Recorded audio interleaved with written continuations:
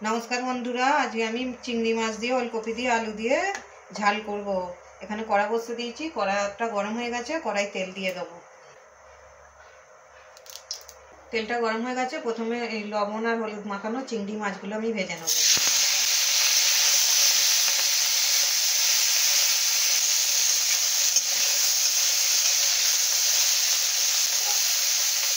চিংড়ি মাছটা ভাজা হয়ে গেছে, নামিয়ে নেব। তেল দিয়ে দেবো কড়াতে,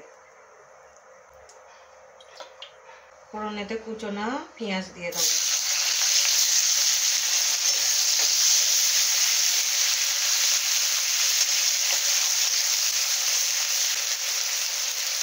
আলুটাও দিয়ে দেবো, কুচোনো আলু।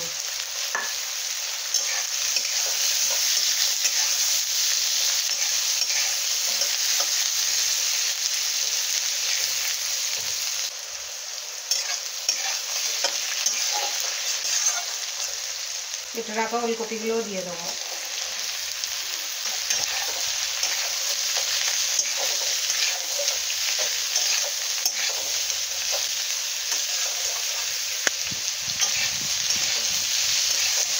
ওলকপি আলু পেঁয়াজ ভালোভাবে ভাজা হয়ে গেছে, আদা রসুন বাটা আছে, এটা দিয়ে দেবো। আরও কিছুক্ষণ ভেজে নেবো। সবজিটা আদা রসুনের সাথে ভালো করে একটু ভেজে নেবো।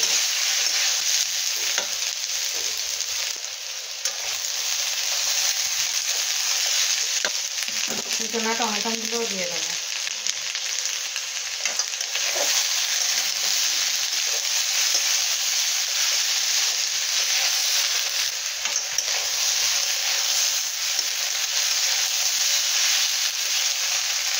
আদা রসুন সবজির সাথে ভালোভাবে ভাজা হয়ে গেছে।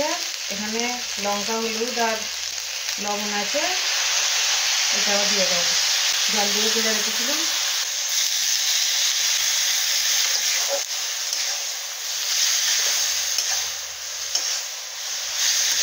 আরও কিছুক্ষণ কষে নেব। ভেজে রাখা চিংড়ি মাছগুলো দিয়ে দেবো।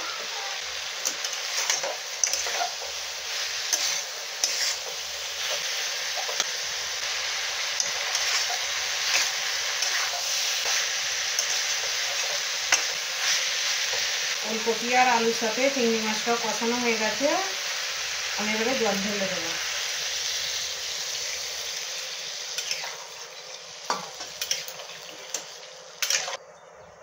কিছুক্ষণের জন্য চাপা দিয়ে দেবো।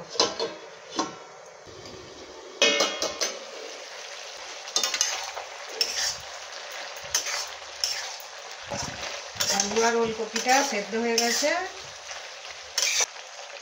জলটা পুরোই আমি শুকিয়ে নেবো।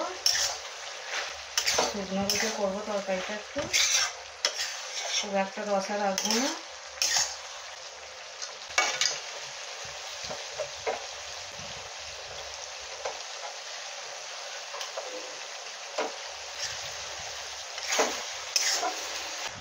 তরকারিটা পুরো শুকনো মাছে করেছি।